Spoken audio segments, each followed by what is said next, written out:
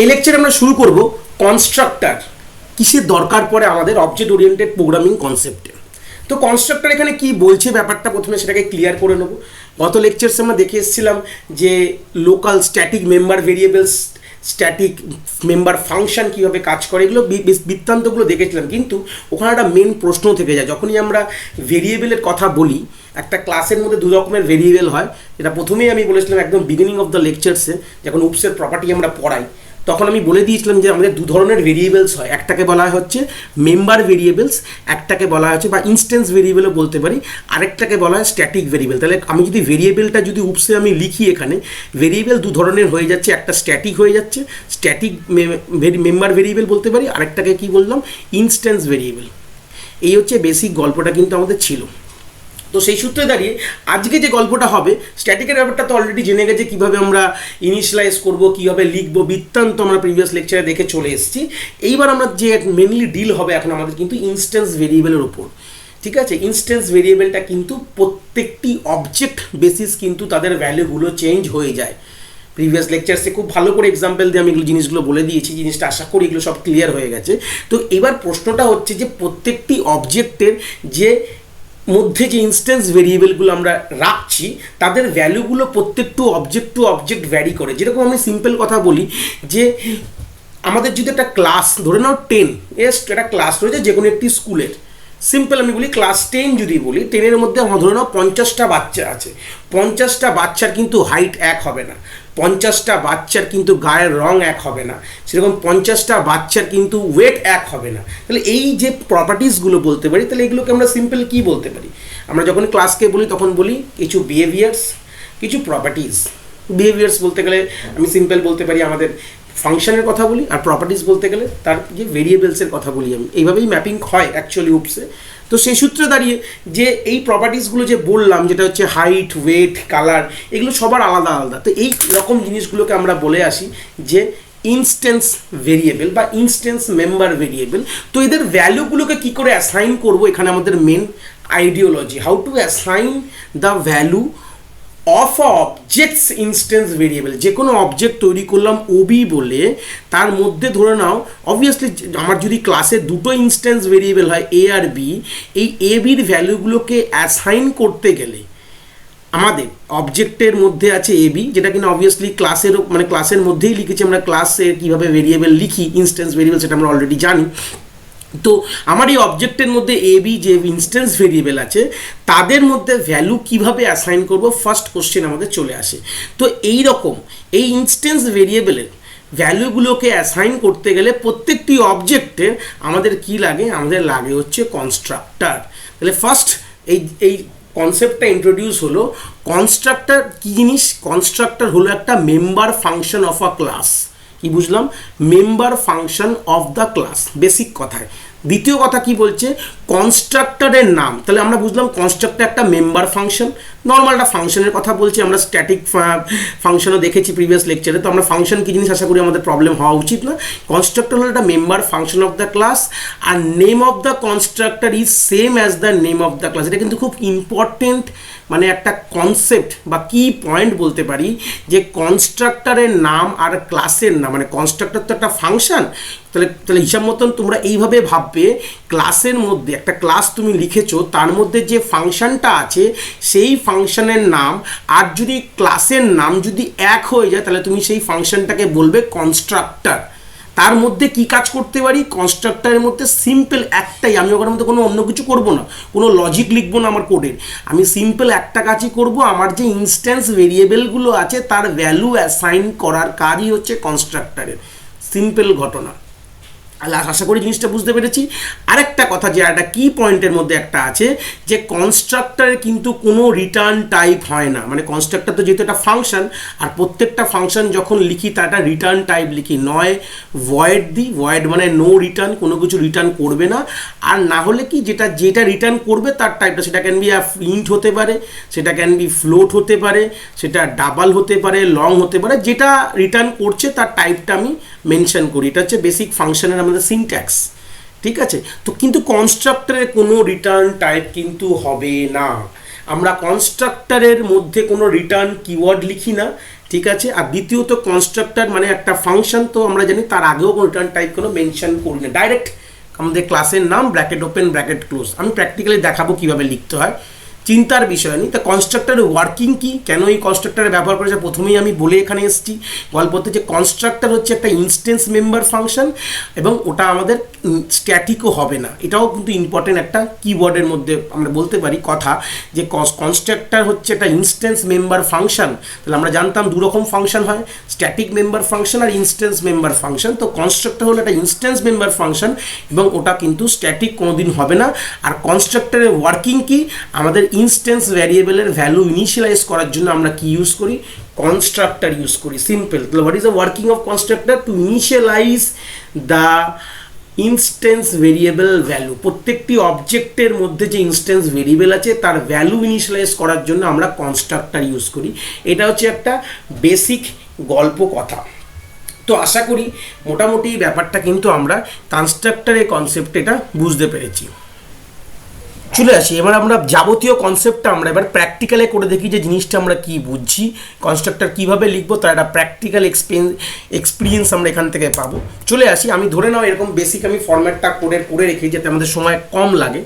তো ফার্স্টে আমি ধরে নাও একটা ক্লাস বানালাম, ক্লাসটার নাম আমি সিম্পল ধরে নাও কমপ্লেক্স বলে আমি একটা ক্লাস আমি এখানে লিখলাম, সিম্পল কথা হয়ে গেল। এবার ক্লাসের মধ্যে আমি দুটো প্রাইভেট ভেরিয়েবল রাখছি। তো প্রাইভেট কি জিনিস আমরা জানি, অ্যাক্সেস স্পেসিফায়ার।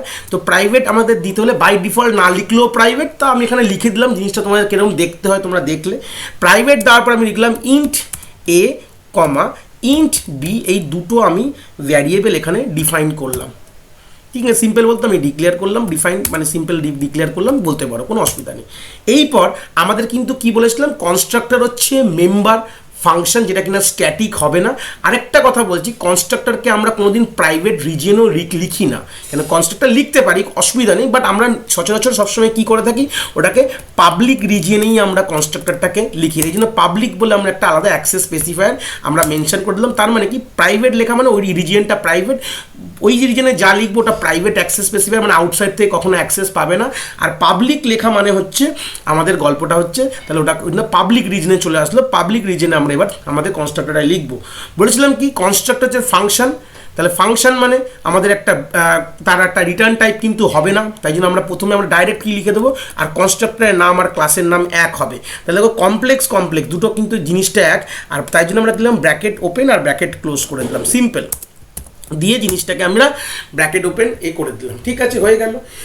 এইবার ধরে নাও আমি সিম্পল এখানে বোঝাতে চাইছি যে আমি এখানে কনস্ট্রাক্টরের মধ্যে বলেছিলাম যদি ভেরিয়েবল ইনিশিয়ালাইজ করব, ঠিক আছে, ভেরিয়েবলকে ইনিশিয়ালাইজ করার জন্য ইনস্ট্যান্স ভেরিয়েবলকে ইনিশিয়ালাইজ করার জন্য আমরা কনস্ট্রাক্টর ইউজ করি। বাট আমরা এখানে দেখবো যে কনস্ট্রাক্টর কখন কল হয়, এটা ফার্স্টে আমরা দেখবো। ধরে নাও আমি এখানে লিখলাম hi I am in constructor, সিম্পলটাকে প্রিন্ট হবে আই অ্যাম ইন কনস্ট্রাক্টর। তারপর আমরা এখানে সব কিছু দেখবো, কি ভেরিয়েবল বৃত্তান্ত যাবতীয় আমরা সব জিনিস দেখবো। ঠিক আছে, চলে নাও এন্ড লাইন মানে আমাদের পরে চলে যাবে, ব্যাস হয়ে গেল। এটা হচ্ছে আমাদের বেসিক এইটুকুনি কাজ আমরা রেখেছি। তো কনস্ট্রাক্টর কীরকমভাবে লিখতে হয় দেখলাম, কনস্ট্রাক্টর মানে ক্লাসের নাম দেবো, ব্র্যাকেট ওপেন ব্র্যাকেট ক্লোজ দেবো, আর এখানে বাউন্ডারি যেরকম ফাংশনের ব্র্যাকেট দিই সেরকম দিয়ে দিলাম, হয়ে গেল। এবার আমি জানতে হবে কনস্ট্রাক্টর কখন কল হয়, তো সেই জন্য আমি জিনিসটা বোঝানোর জন্য এটা বলেছি। এবার অবজেক্ট কীভাবে বানাতে হয় সেটা আমরা গত লেকচার থেকে অলরেডি জানি। কমপ্লেক্সের ধরে নাও আমি তিনটে অবজেক্ট বানালাম, C1 একটা বানাই, তাহলে এটাকে দিয়ে বুঝবো। যখনই আমরা অবজেক্ট বানিয়েছি কমপ্লেক্স C1, তো ব্যাপারটা কী হবে আগে পুরো ডিটেলস আমি দেখে আসি, তারপর আমরা ইন্টারনাল কনসেপ্ট বুঝবো। তাহলে এবার কী হতে পারে, চলে আসি, তাহলে এটাকে দেখি একটু কম্পাইল করি। তাহলে এটা হচ্ছে কনস্ট্রাক্টর 1, আমরা এইভাবে নাম দিয়ে কম্পাইল করে ফেলি, কনস্ট্রাক্টর 1.cpp বলে আমরা এটাকে কম্পাইল করে ফেললাম। চলে আসি, কম্পাইল হয়ে গেছে, আমাদের আউটপুট এসছে high I am in constructor. But কথাটা হচ্ছে আমরা যেটুকু একটা গল্প জানি যে আমাদের যে কোনো ফাংশনকে কল না করলে কিন্তু ফাংশন কল হয় না। তো constructor is also a function, is a special function, but it is a function. তো ফাংশনটা কল কোথায় করেছি, আমি তো আমার যে কোডটা এখানে একদম সুবাহু সামনে রয়েছে, কিন্তু এখানে কলিংয়ের কোনো গল্প নেই কোনোভাবে। আমি কনস্ট্রাক্টর নামে এই constructor bracket open bracket close ফাংশনটাকে কল না করলে তো ফাংশন কল হয় না। তো এটা হলো কী করে, হাউ দিস পসিবল, হট করে কিন্তু হয়ে গেল। এবার আমি গল্পটা বোঝাচ্ছি। এবার বলছে জিনিসটা জেনে নাও, কনস্ট্রাক্টর কিন্তু আমাদের কল করতে হয় না, মানে প্রোগ্রামাররা কল করে না, এটা ইমপ্লিসিটলি কল হয়। কথাটা ফের বলছি, ইমপ্লিসিটলি কল হয়। কে কল করে, কম্পাইলার অটোমেটিক কল করে, কখন কল করে? যখন আমরা কোনো অবজেক্ট তৈরি করি। তাহলে এই জিনিসটা খুব ইম্পর্টেন্ট কথা, যখনই আমরা কোনো ক্লাসের অবজেক্ট তৈরি করি কনস্ট্রাক্টর কিন্তু ইমপ্লিসিটলি কল হয়ে যায়। যেরকম আমরা এখানে যেহেতু C1 আমরা এখানে অবজেক্ট তৈরি করেছি, এই জন্য অটোমেটিক্যালি কী হয়েছে, অটোমেটিক্যালি কনস্ট্রাক্টর কল হয়ে গেছে এবং কনস্ট্রাক্টরের মধ্যে ওয়ার্কিং কী থাকে, আমাদের ভেরিয়েবলকে অ্যাসাইন করা থাকে। সিম্পল কথা হচ্ছে সিম্পল ভেরিয়েবল অ্যাসাইন, মানে আমাদের ইনস্ট্যান্স ভেরিয়েবলগুলোকে এই যে এ বির ভ্যালুগুলোকে আমরা অ্যাসাইন করি C1-এর জন্য। কিন্তু এখানে কনসেপ্টটা কী হয়ে গেছে, এখানে আমরা কোনো ভেরিয়েবল অ্যাসাইন করিনি, জাস্ট বোঝানোর চেষ্টা করেছি যে কনস্ট্রাক্টরটা কখন কল হয়। এক্সাম্পলটা আমি রেখেছি যে কনস্ট্রাক্টর কখন কল হয় সেই জন্য বোঝাতে গিয়ে। তো সেই সূত্রে আমরা দেখলাম যেই আমি C1 লিখলাম অটোমেটিক্যালি কল হয়ে গেল কনস্ট্রাক্টর এবং সে আউটপুটে দিয়ে দিল hi I am in constructor. এবার ধরে নাও যদি আমি এখানে আরও দুটো অবজেক্ট এখানে তৈরি করি C2, C3, তাহলে কি হওয়া উচিত? চলো এটাকে ফের একবার কম্পাইল করে দেখি। দেখো 3বার কনস্ট্রাক্টর কিন্তু কল হয়েছে। তাহলে কি বুঝলাম? তাহলে সিম্পল ঘটনার মধ্যে একটা জিনিস বুঝে গেলাম যে যখনই আমি মানে কল করলাম, ঠিক আছে, 3টে অবজেক্ট বানালাম, তাহলে 3টে অবজেক্টের জন্য 3বার কনস্ট্রাক্টর কিন্তু কল হয়ে গেল। তাহলে এটাই জিনিসটা বুঝতে গেলাম যে কনস্ট্রাক্টর, এইটুকুতে বুঝলাম যে কনস্ট্রাক্টর কখন কল হচ্ছে। তাহলে এই প্রশ্নের উত্তরটা আমি কি লিখতে পারি, যখনই আমরা কোনো ক্লাসের অবজেক্ট বানাই ইমপ্লিসিটলি কনস্ট্রাক্টর কিন্তু কল হয়ে যায়।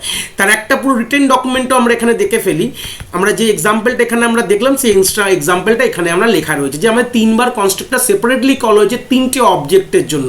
যখনই আমরা অবজেক্ট ক্রিয়েট করছি তখনই কনস্ট্রাক্টর কল হচ্ছে। এটারই বেসিক গল্পটা আমরা এখানে লেখা আছে যে constructor is implicitly call when an object is created। যখনই অবজেক্ট ক্রিয়েট হচ্ছে তখনই কিন্তু কনস্ট্রাক্টর ইমপ্লিসিটলি কল করে দিচ্ছে। Constructor is use to solve the problem of initialisation. কি ইনিশিয়ালাইজেশন? Instance member variable. কথাটাকে আরও স্পেসিফিক্যালি লিখি, ইনস্ট্যান্স মেম্বার ভেরিয়েবল, ঠিক আছে? এটা কিন্তু খুব ইম্পর্টেন্ট কথা। ইনস্ট্যান্স মেম্বার ভেরিয়েবলের ইনিশিয়ালাইজেশনের যে প্রবলেমটা কিন্তু দূর করে দিচ্ছে। তাহলে মেন কথা কি, the main work of constructor is to initialize the member variable of the class object। ক্লাসের অবজেক্ট মানে বুঝতেই পারছি, তা ক্লাসের অবজেক্ট তৈরি হলেই তার মধ্যে ইনস্ট্যান্স ভেরিয়েবল থাকবে। এই ইনস্ট্যান্স ভেরিয়েবলগুলোকে ইনিশিয়ালাইজেশনের যে কনসেপ্টটাকে কনস্ট্রাক্টর কি করছে, সুবিধা করে দিল যে এর জন্যই কিন্তু আমরা এই জিনিসটা মানে যে কোনো ইনস্ট্যান্স মেম্বার ভেরিয়েবলের ভ্যালু কিন্তু আমি অ্যাসাইন করতে পারি with the help of constructor. তাহলে কী কী পয়েন্ট আমরা কী পড়লাম, যে কনস্ট্রাক্টরের নাম, ক্লাসের নাম এক থাকবে, কনস্ট্রাক্টরে কোনো রিটার্ন টাইপ থাকবে না। দেখো এখানে কোনো রিটার্ন টাইপ লিখিনি এবং ভেতরেও কোনোভাবে রিটার্ন কথাটা লিখবো না। যদি আমি দেখো এখানে যদি কোনোদিন আমি রিটার্ন কথাটা লিখি RETURN, সঙ্গে সঙ্গে কিন্তু একটা এরার পেয়ে যাবো। যদি সেমিকোলনও দিয়ে দিই আমি এখানে, সঙ্গে সঙ্গে কিন্তু আমি এটা এরার কিন্তু আমাকে জেনারেট করবে। এখানে দিচ্ছি না কেন কি, এখানে আমি জিনিসটা লিখিনি, কিন্তু কনস্ট্রাক্টরের মধ্যে আমরা রিটার্ন জিনিসটা লিখি না, কোনো রিটার্ন করিনি বলে কিছু আর কিছু বললো না। বাট আমরা কনস্ট্রাক্টরের মধ্যে রিটার্ন কোনোদিন লিখবো না কিওয়ার্ডটা। এখানেও আমরা কোনো রিটার্ন টাইপ দিতে পারবো, ধরেন একটা ভয়েড কথাটা দিলাম, ঠিক আছে, সঙ্গে সঙ্গে দেখি কী দেয় এখানে, যেই কম্পাইল করবো সঙ্গে সঙ্গে এরার দিয়ে দিচ্ছি। দেখো return type specification of the constructor invalid বলেছে। আমরা কোনোদিন কোনো রিটার্ন টাইপ এখানে দেবো না।